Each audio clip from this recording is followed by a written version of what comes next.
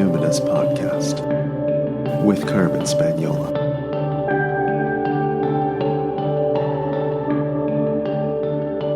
Hi there, and welcome to the Numinous Podcast, where we have interesting conversations with everyday folks about the mystery of life.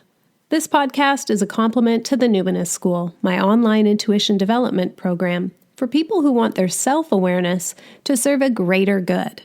I'm your host, Carmen Spaniola, and today on the podcast I'm connecting with Emelia Symington Fedy.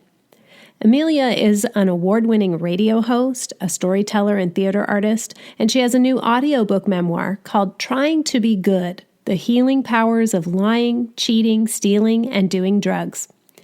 It's about mothers and daughters, daughters and fathers, growing up poor in the bush in Canada, teenage sexuality, breakups with friends and with lovers, birthing, parenthood, and finally, of course, I suppose, death and grief.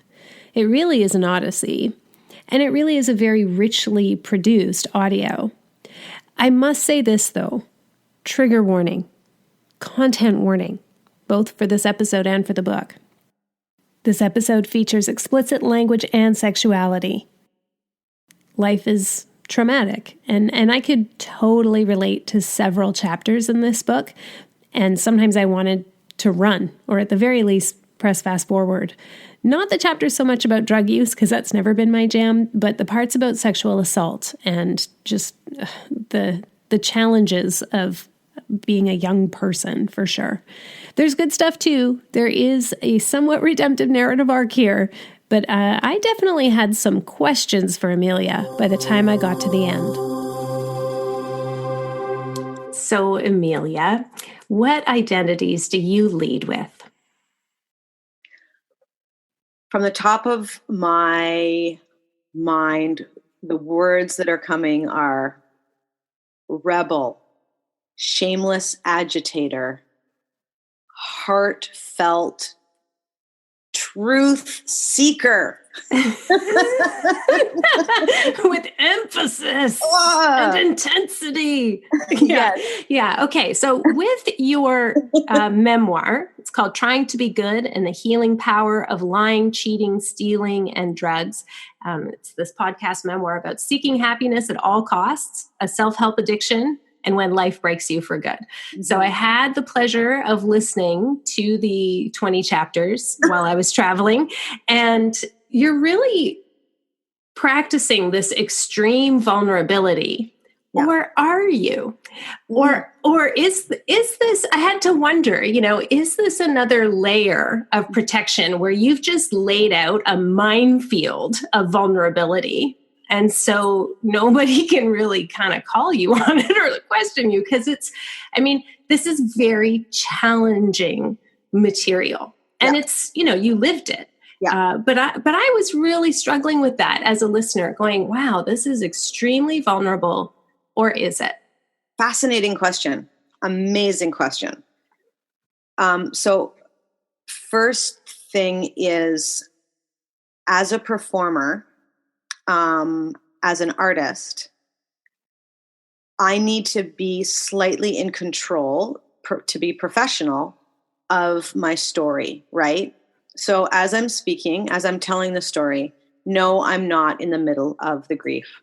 There is a performative quality, and the quality is natural because I'm a good performer, hopefully, but there is a sense of control. I am not losing my marbles in time with you.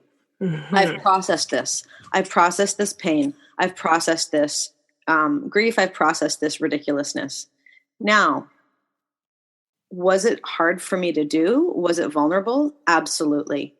The greatest fear I had in putting this into the world was people are going to write me off and just call me crazy. Mm. They're not going to go deeper and see what my intention is that I may have done some ridiculous things, but I have self-awareness. I've learned. And what have I become now through the ridiculousness and now through sharing the ridiculousness? So it took great vulnerability. and terror to share these stories that are just like, I agree with you. Like what I've heard people say is like, I love you, I'm in love with you, and then 30 seconds later, I hate you. Like you flip back and forth sometimes between, and that for me is humans. That's a human being. We're so complex. And so for me to share that part of myself that is so complex, that could be so effed up, that could be so hurtful, to really speak that truthfully, and then to try and figure out for myself why I did it. That is pure vulnerability. Now, like you said, if I say it first, you can't, you know what I mean? Yeah, you can't hurt me. And that, I think, is okay. Mm-hmm. I think that's okay to say that. Like, as a performer, as a person who, my job in the world is I put my personal life into the public eye to be judged, noticed, excited by, whatever. So yeah, of course, you're going to have your relationship to it. And I've got to be strong enough, standing on my feet, grounded, going, I did it. I admit it. I honor it. And I forgive myself for it. Right. I appreciate that you brought up intention, because I do want to circle back to intention and impact. And so, but first, just to kind of give people some context here. So, I have some recognition in a very narrow niche of the internet for being somebody who likes to tell it like it is, and appreciates disclosure and transparency and honesty and all that. But here's some notes that I made on some of the chapters. Clap for the princess. I think that's like chapter 2. My note was, so that was uncomfortable. Stand by me. So that chafed. That chafed literally and metaphorically. Like I was like, I am having a psychosomatic response of discomfort here. The art of exaggeration. So that was horrifying. Totally horrifying. And the Australian performance artist, that was squirmy. So you had me squirming and uncomfortable, and it was fascinating. But it did, as I sort of came into the more tender parts, it was a little less shocking and just a little, there was deeper emotional resonance in the middle and third part. Yeah. I was thinking, as a mother, you get into the challenges and the realities of motherhood. I'd say you've presented us with some new challenges to grapple with. And I was reminded of,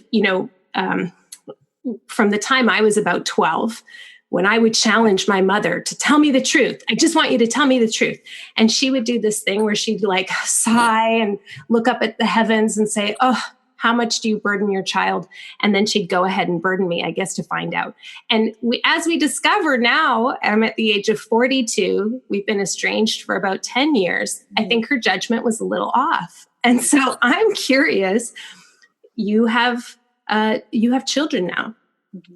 And so how are you preparing for the impact this memoir will have on your children? Maybe it kind of already shows up with your husband or with some of the characters, Roger, I don't know if his name was to protect the innocent or what, but it's like, there's this intention to really empathize with people who are struggling, and when you say like lying, cheating, stealing, doing drugs, you're being very literal.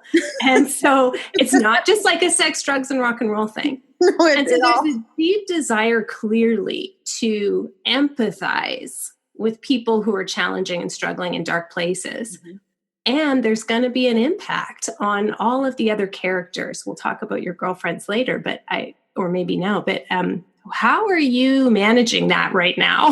People reading this and hearing this. And do you mean, when you talk about my children in specific, do you mean, say they're 15 years old and they care enough to listen to their mother's memoir, which is actually, very rare. I think, quite low. Yeah. Bruce Springsteen is like, nobody wants to see their dad up on stage with a stadium of people, like none of them. But it's at some point people are going to be like, wow, have you listened to your mom's memoir? Like, you know, they get curious, right?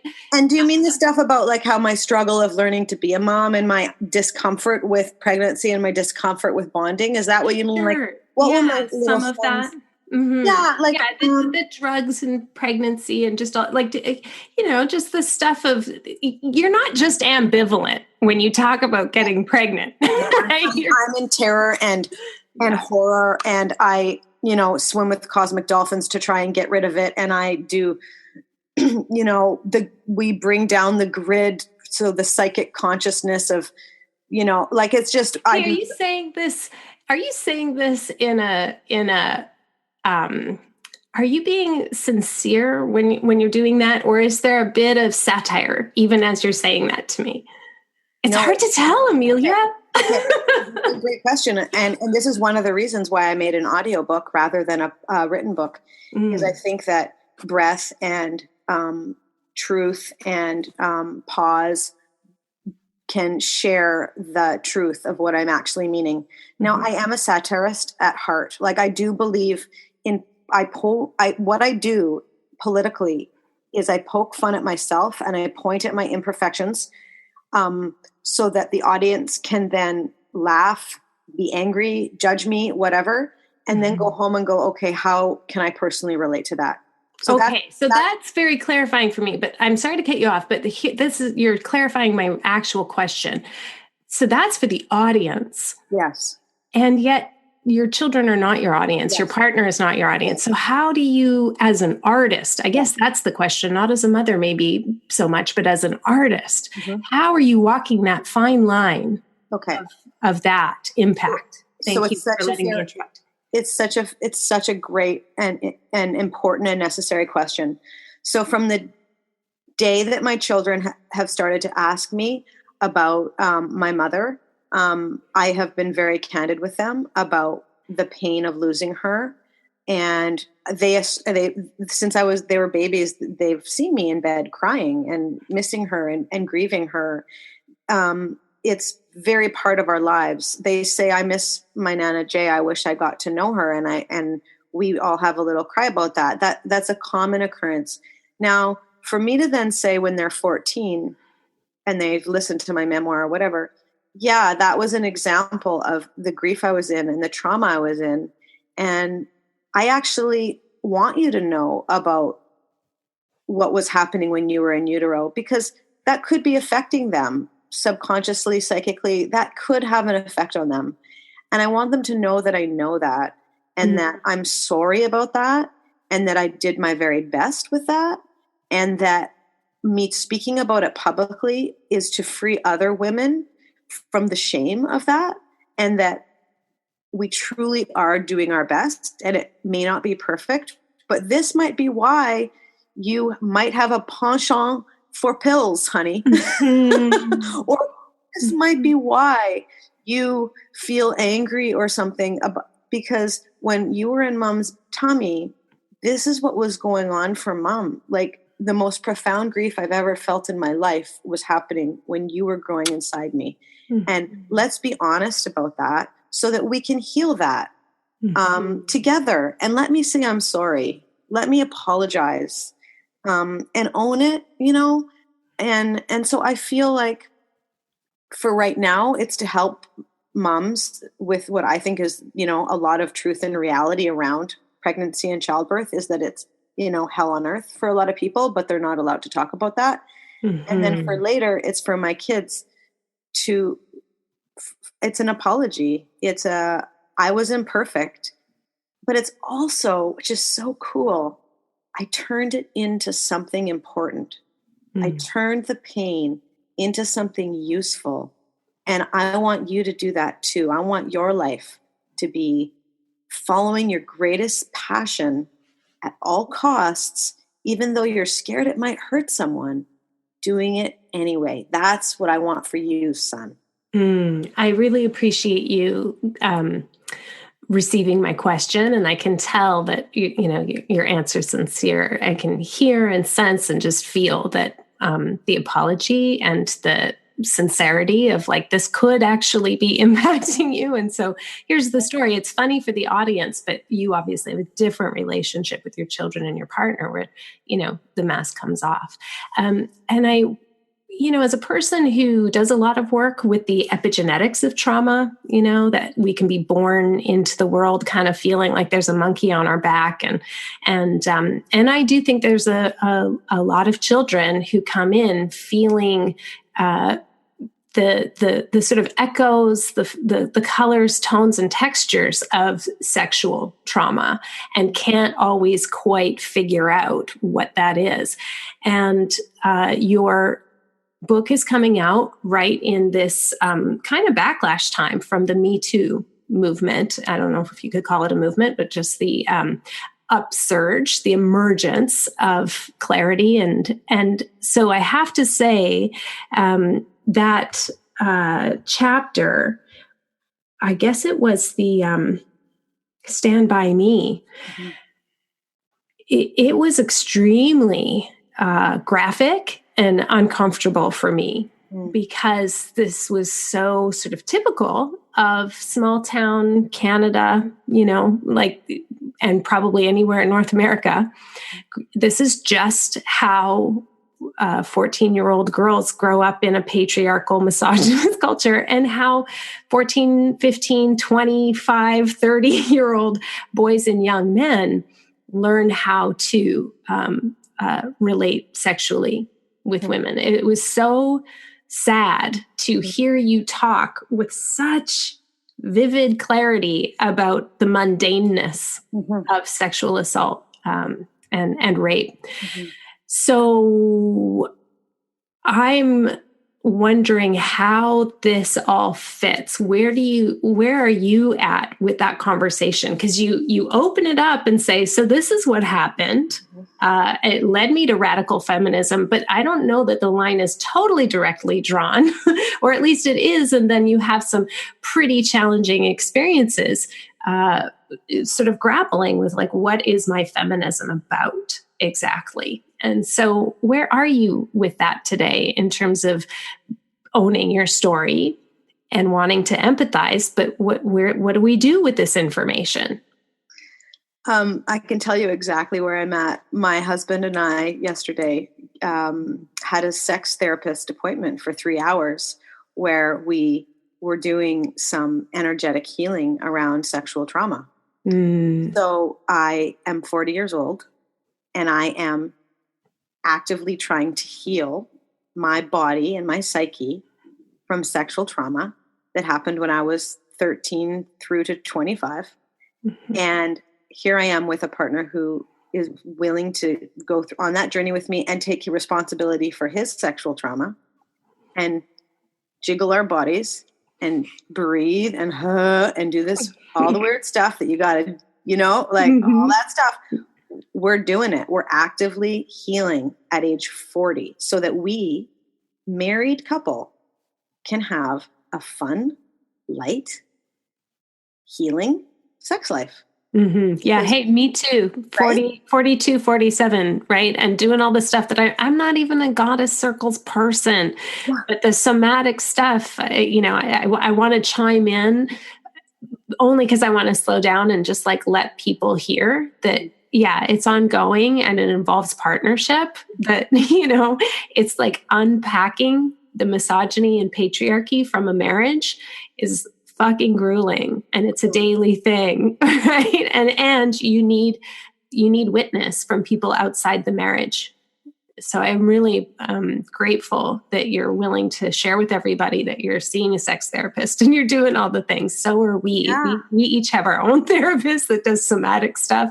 And then we have a couple therapist that does emotional focused therapy, and we share it to make it socially normalized, that every marriage has to just, unhook the patriarchy from it. So thank you for mentioning that. What else do you want to say about that?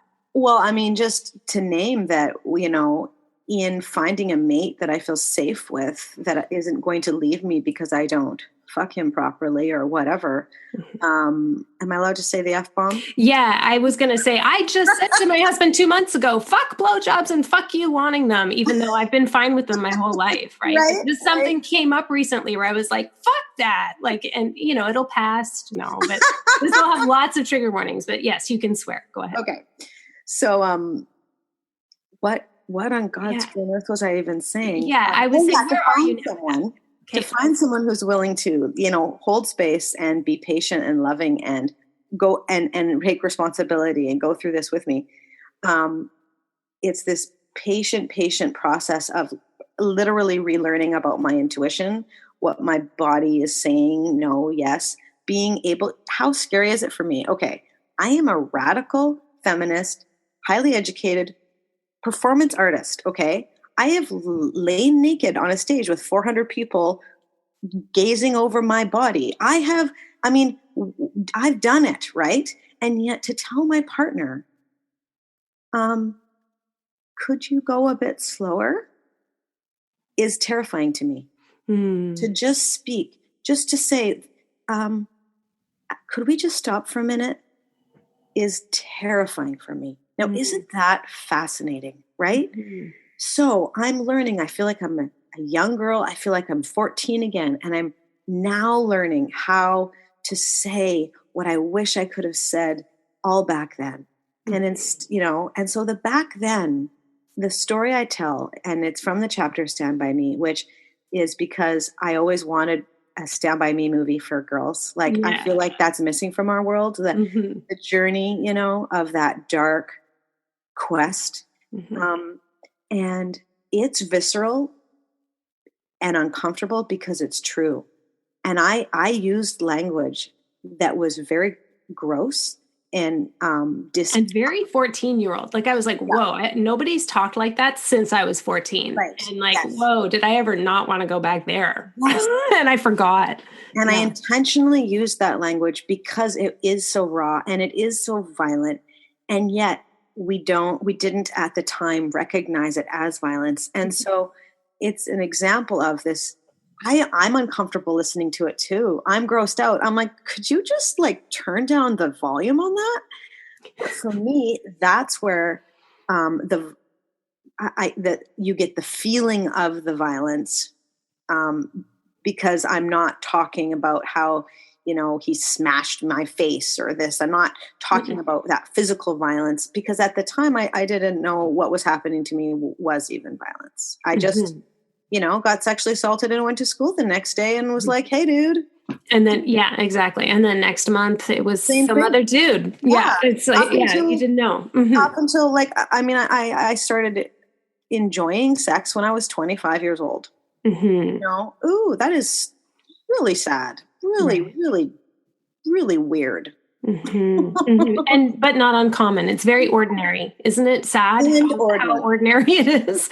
Yeah. And that with our partners, we're now learning to with the good, kind people who are working it through with us, we're slowly reclaiming, and that might mean saying no, I can't have penetration for a while. That might mean I just need to breathe with you and have you look in my eyes for a while. I mean, there's I'm learning that sex is so much.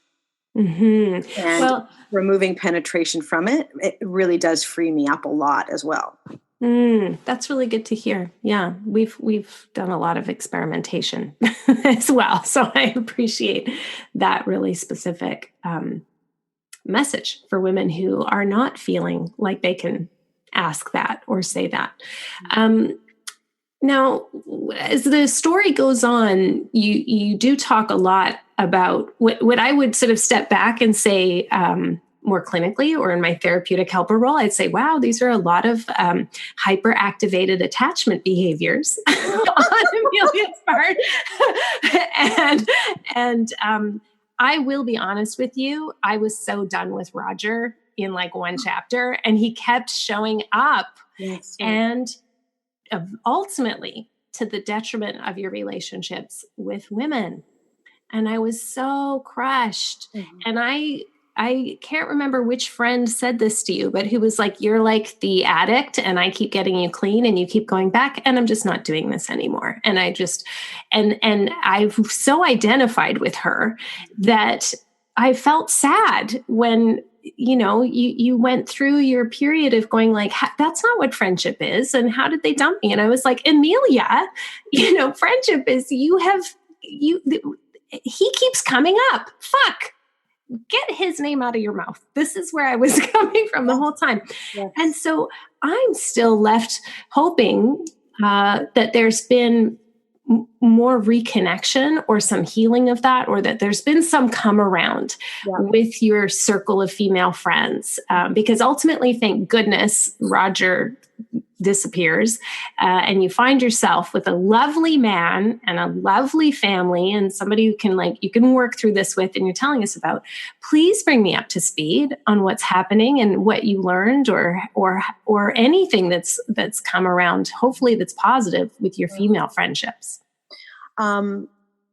Yeah. So, I mean, I was so terrified of being alone, of not being loved, that I was willing to do anything for it. And that meant traveling across the world to the jungles of Vanuatu. And it meant being a sexual plaything, toy. It meant ignoring God's messages that were loud and clear, you know, for years, because I would rather be with someone than be alone. I was so scared of being alone. And of course, ironically, I had this circle of women around me, an actual women's group, and we were committed to each other for over a decade. That wasn't good enough because they just loved me for who I was. That's not good enough, right? That Charlie Chaplin quote, I'd never want to go to a party that I was invited to as a guest.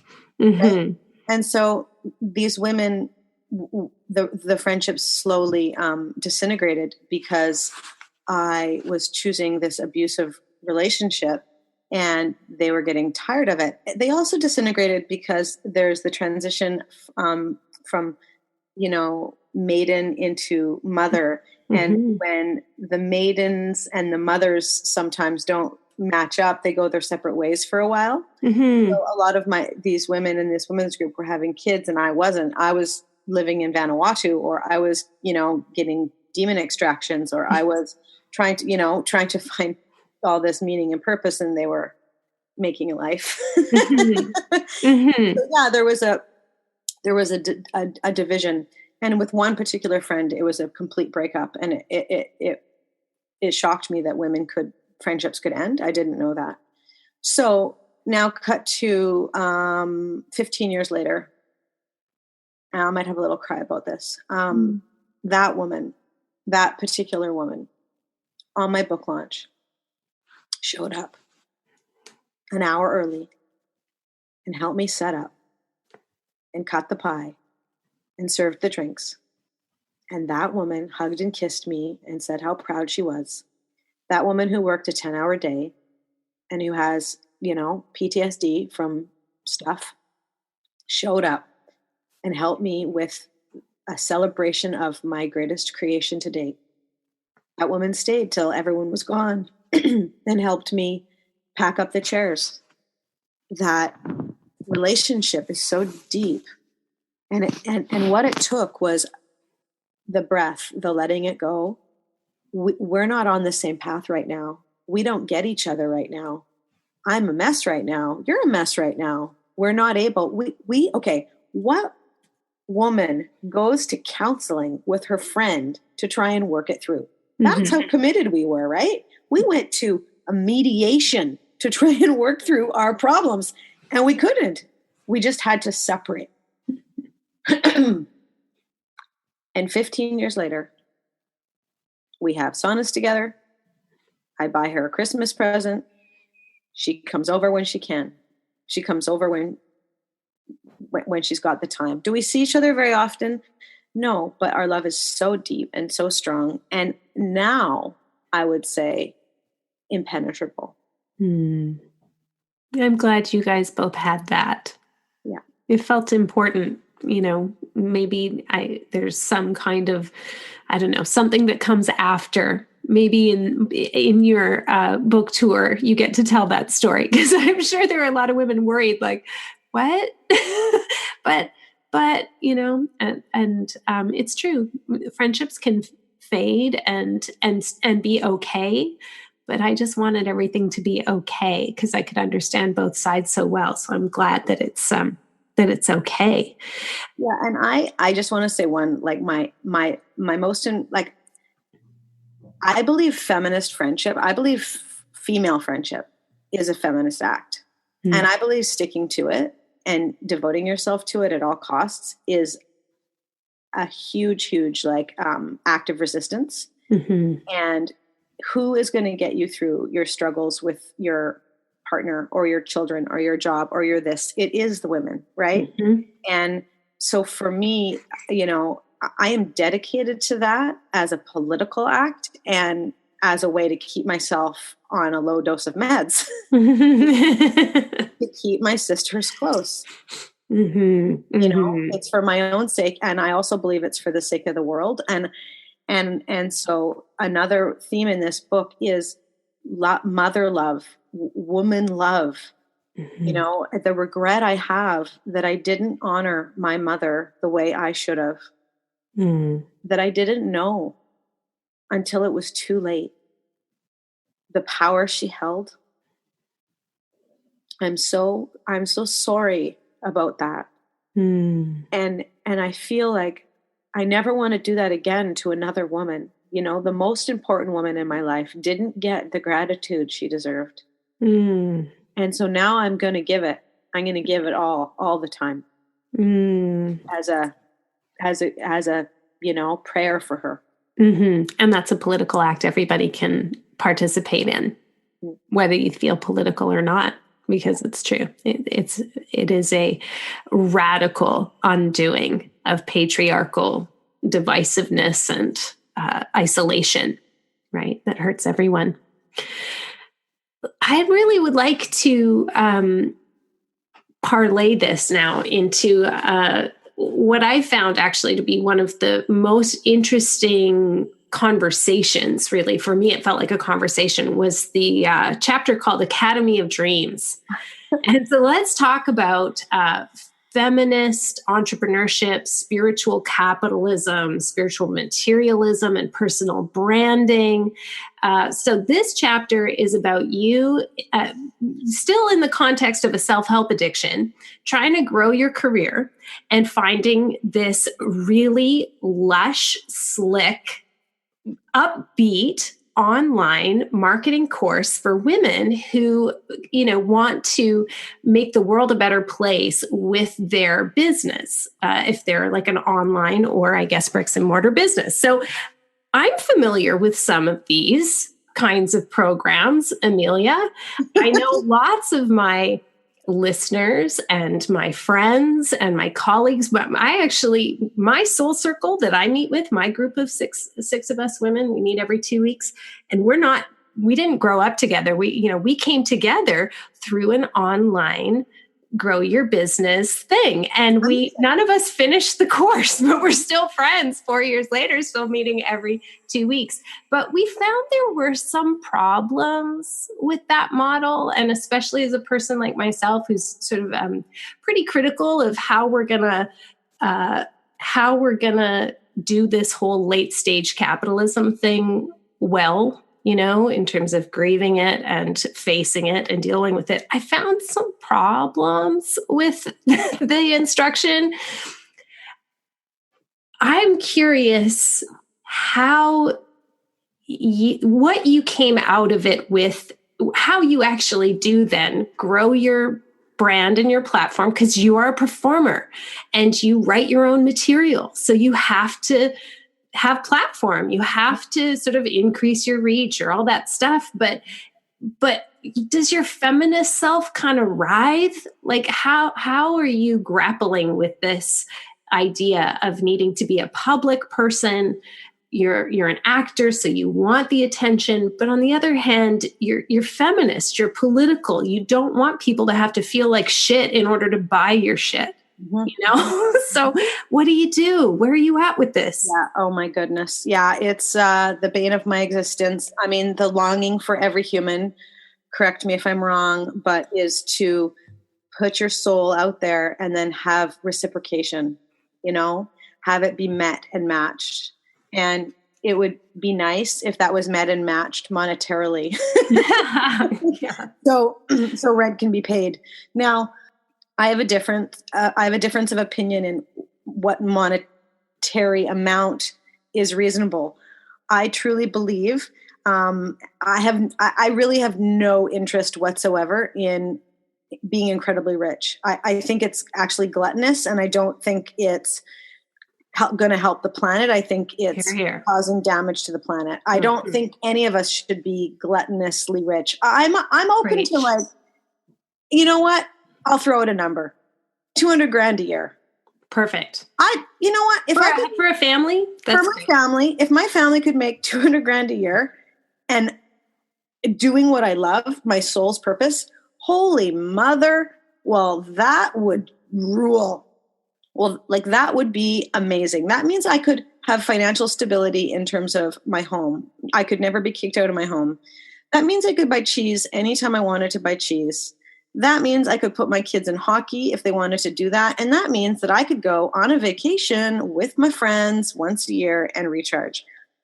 That's really it, right? I mean, anything else I feel is a bit getting into just a bit much. Okay, so that's my belief system about kind of capitalism.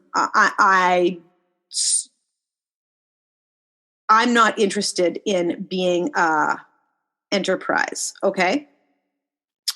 So I also am online. I put my stuff online. This is how I try to reach more people. For 15 years, I toured nationally and internationally as a live performer. I still do that.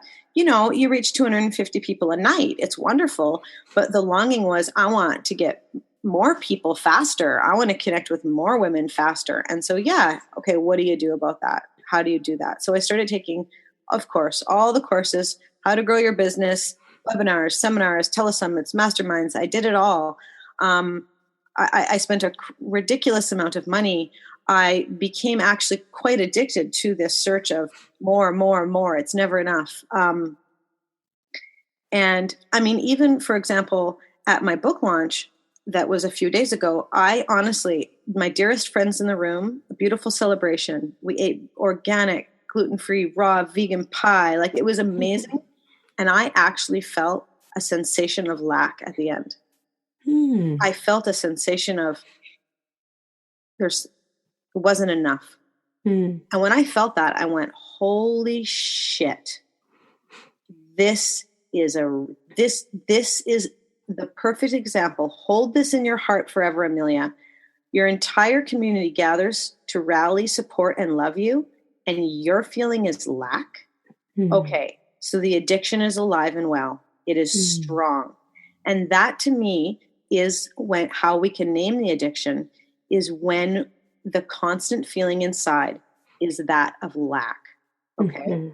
So it's the reaching out, the constant scraping and clamoring to get more, more, more, rather than, and it's so trite and tropism to say, but like, if I could learn to just enjoy this right now, like, I don't know what's going to happen with this book.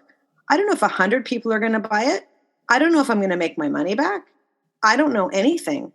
I don't know if 5 years of my heart and soul into the world is going to reach anyone. But I did my calling. I did what Goddess asked me to do. I followed it and I completed it. And that's enough. And can you feel that? Let's just slow down, because it's like, it's very tender what you're saying, that you have a receiving problem. Your people are there loving you, and it's still kind of behind that wall of invulnerability, right? And so just kind of letting it in, it's like, you're even the way you're sort of talking to yourself about like, Emilia, what is the matter with you? You need to remember this. It's like, I want to say, Emilia, this is so beautiful. Like, let's just take in a teaspoon more of your entire community rallied around you in this beautiful bubble of love at your most transparent, your most real. And they said, we love you and we're going to protect you and we're delighting in your existence. And this little part of you that's like, you call it in the book, the whole, right? You've made friends. This is my whole.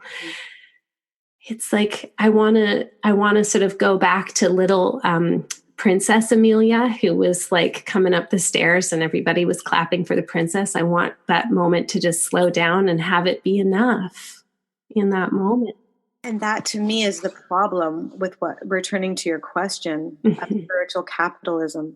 That to me, in the Academy of Dreams and in the searching to fill the hole, this feeling of lack I have, I'm not going to blame myself for it, right? It's not my fault. I'm going to work on it.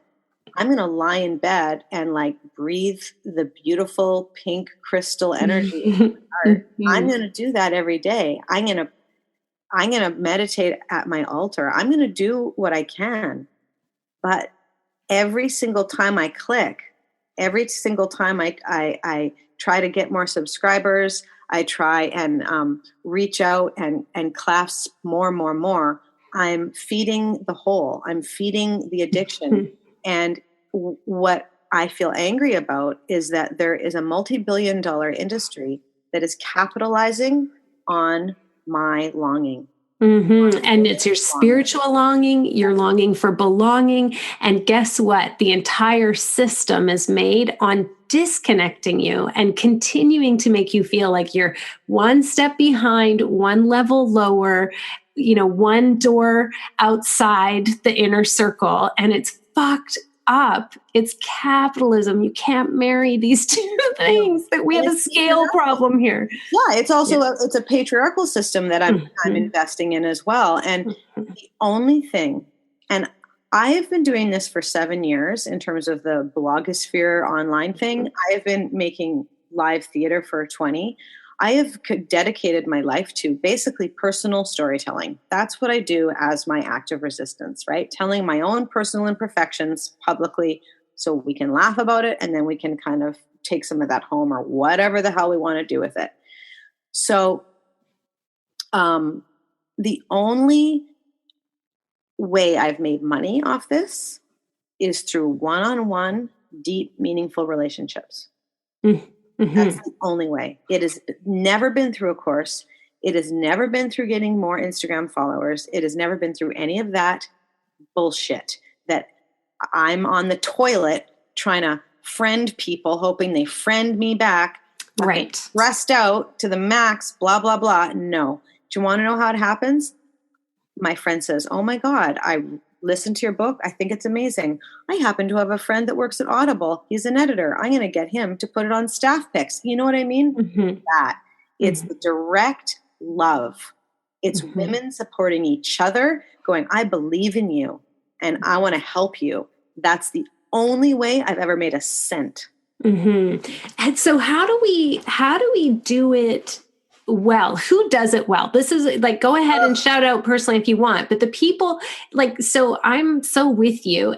A few years ago, I shifted my model to be like, you know what? I can only handle 500 people on my list, on my subscriber list. So anybody who hasn't opened 80% in the last year, I'm just going to unsubscribe them. So I unsubscribed like a couple thousand people.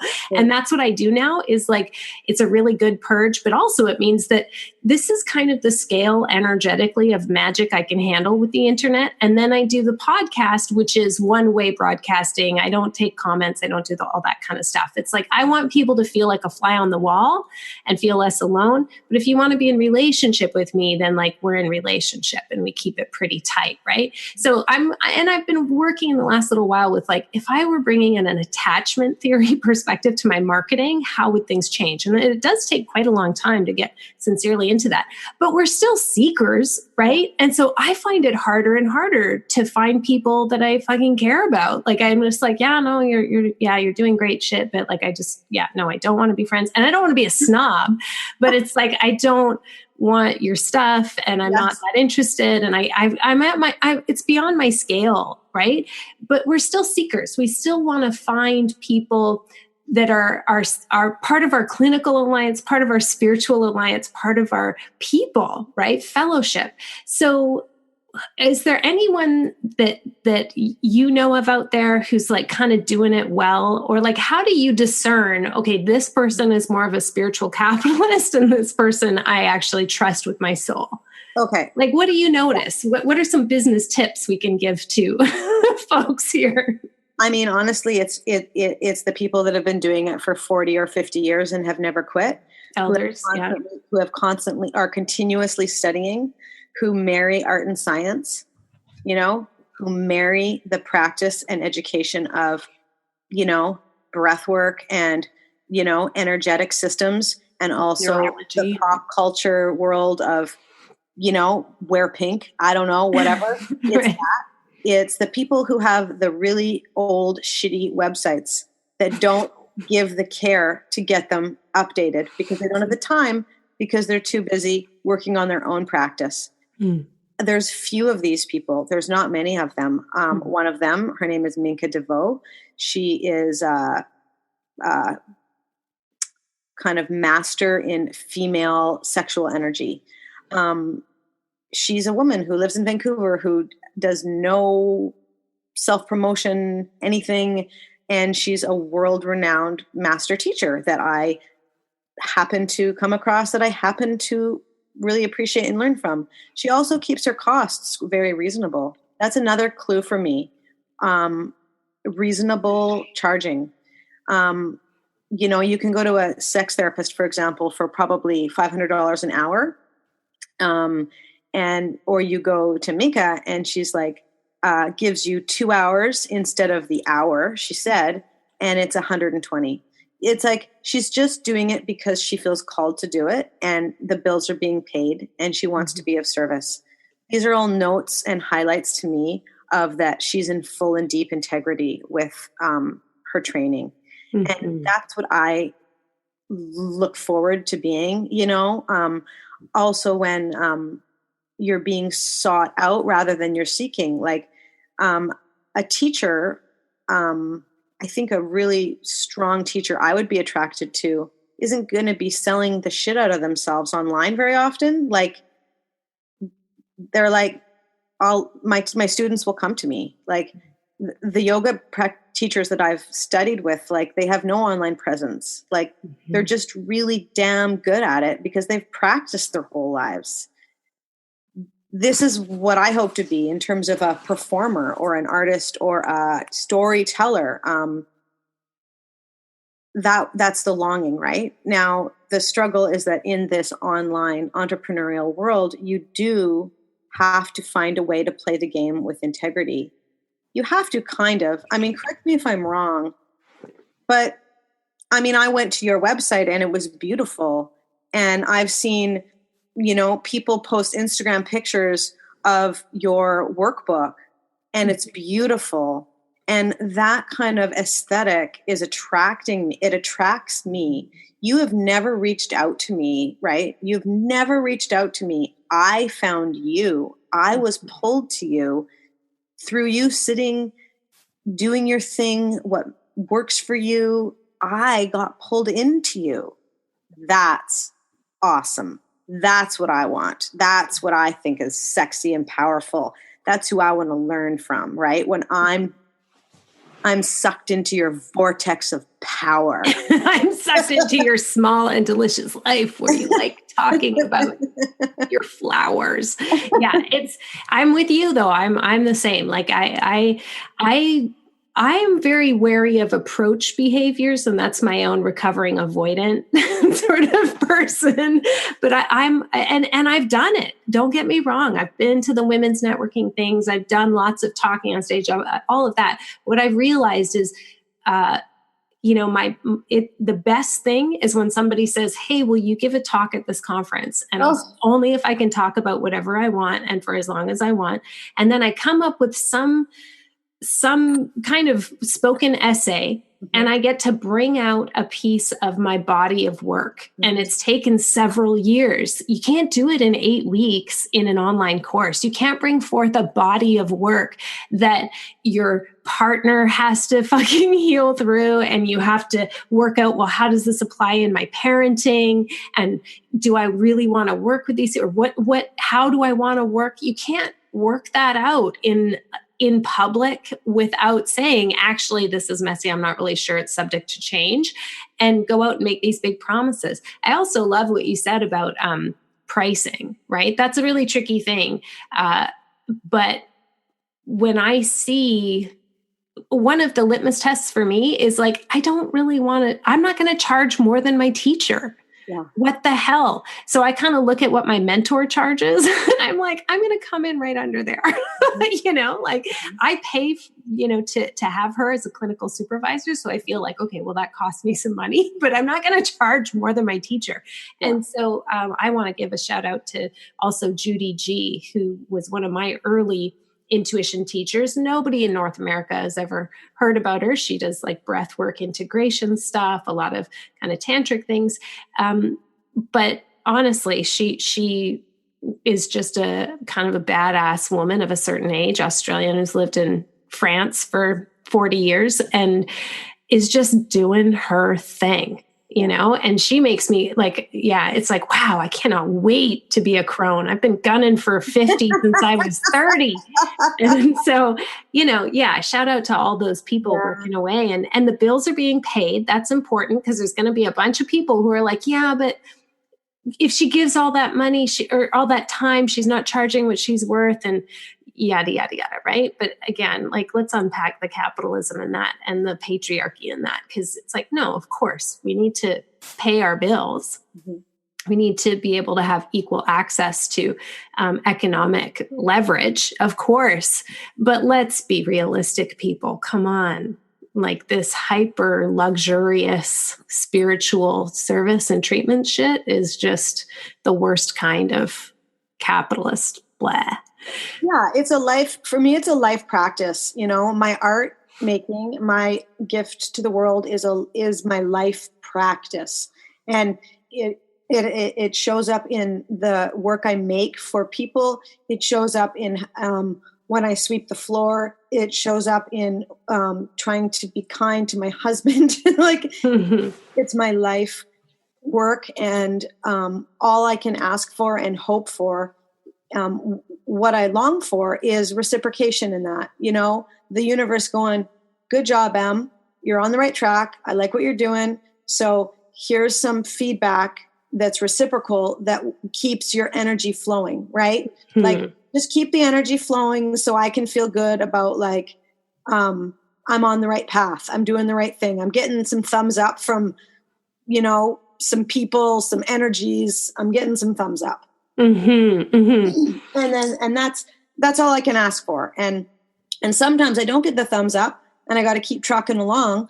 But, like, in general, give me some thumbs up that I know I'm on the right path. But the thumbs up just might not be a whole shit ton of money. It just might not be that. And that means, I rent, and I don't buy really expensive clothes, or I just like kind of buy secondhand. It means we eat, healthy proteins that we've soaked. There are choices that I make for my family so I can live my dream, my passion, my purpose.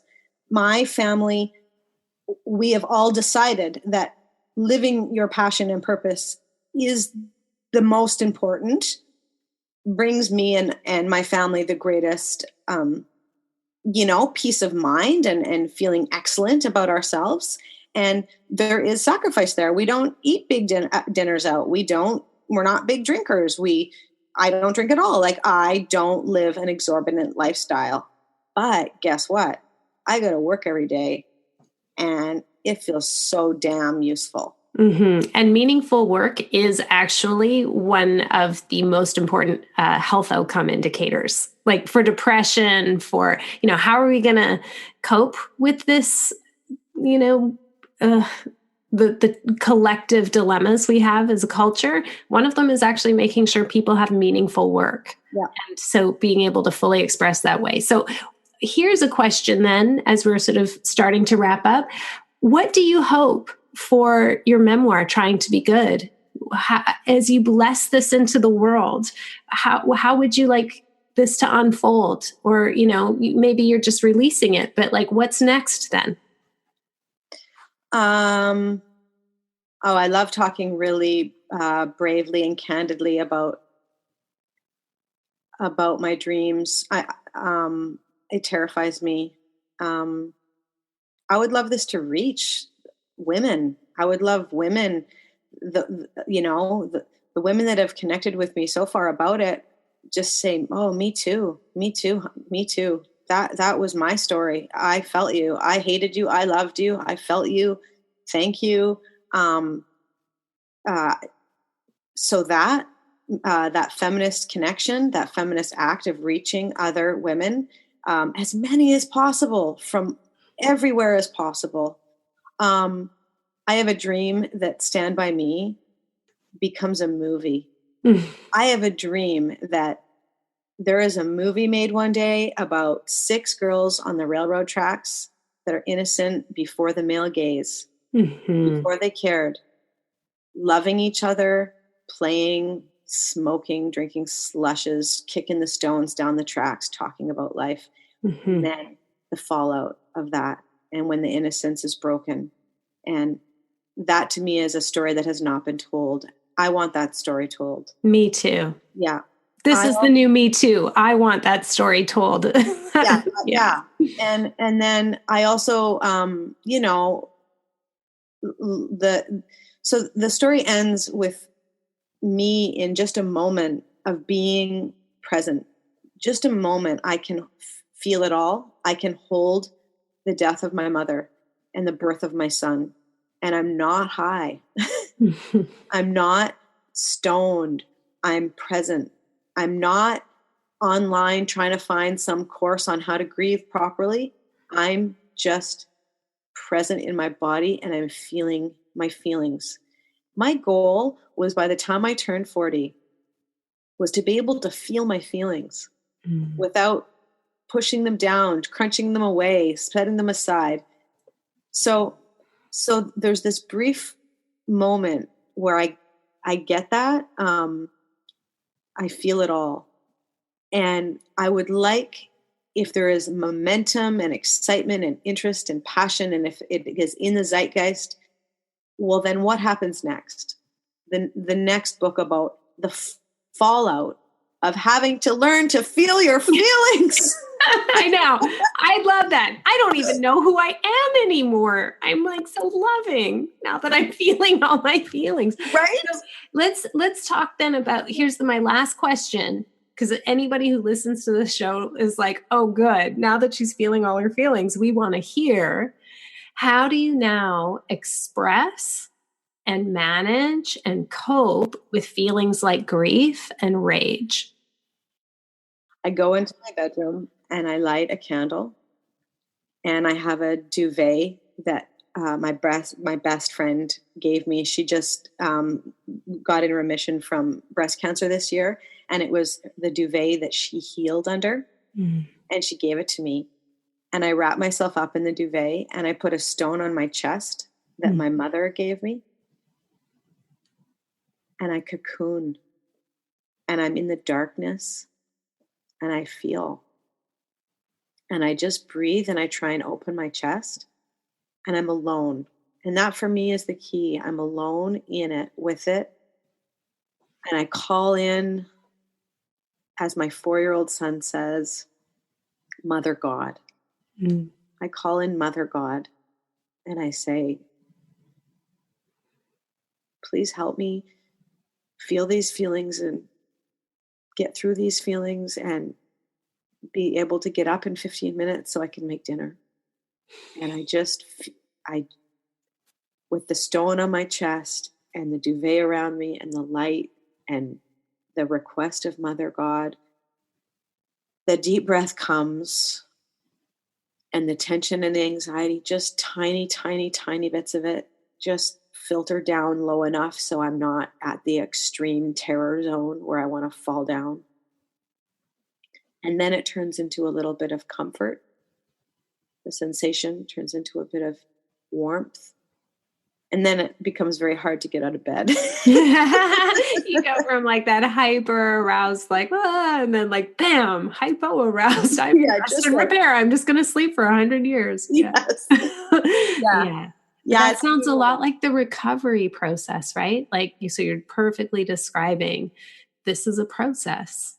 And here you're tracking all of these little beautiful moments of difference and change. And ultimately, it sounds like, well, what I feel when I'm hearing you describe it is a feeling of inner coherence, right? Like, yeah, that's what it's like when it's working. So it's not, my teacher would say, it's not comfortable, but it's uncomfortable in a good direction. Oh, that's beautiful. Yeah, like getting comfortable with discomfort, getting that I'm not going to die. This discomfort isn't going to kill me. Okay. And you know what? I have to tell you, Carmen, I was doing it the other day. I couldn't do it without my kids because they were on me. I had 2 children, a 3-year-old and a 4-year-old, on my back, naked, trying to put their assholes into my face. They were trying to smush their butts into my face. I covered myself with a duvet. I wrapped myself in it. I lied on my stomach. I deep breathed while they jumped on me when I was having this total overwhelm, and it still worked. It still worked. I was able to do it in the chaos of these little hellions. Nice. and I was like, yeah, this is good. That was smart. I wish I should have Instagrammed that. That would have been a good one. Yeah, this is good. Thank you so much, Emilia, for sharing and going even deeper than you already do in your memoir, Trying to Be Good. It sounds like you're succeeding. Thanks so much for being on the show. Thank you, Carmen. We are nothing if not candid on this show, my friends. You can purchase Emilia's audio memoir on iTunes and read her humorous and unflinchingly honest articles on her blog, tryingtobegood.com. I'll have those links in the show notes, and I'll also provide the websites for our 2 beloved mentors mentioned in this episode, Minka DeVos and Judy G. Much love and thanks to them for their lifetimes of work. On this show, I'd like to thank all my listeners living in Prince Edward Island, Canada. Thank you so much for listening. I'd love to visit your beautiful shores one day. I haven't yet, but I feel some kinship to you since we're both on islands at the outer edges of Canada. Thank you very much for spending time with myself today. And finally, just a heads up that deposits are due April 1st to come on quest with me during the full moon in June 2018. You can now place your deposit online and learn all the details on my website under the Retreats tab. Just go to carmenspagnola.com, CarmenSpagnola. Until next time, take care.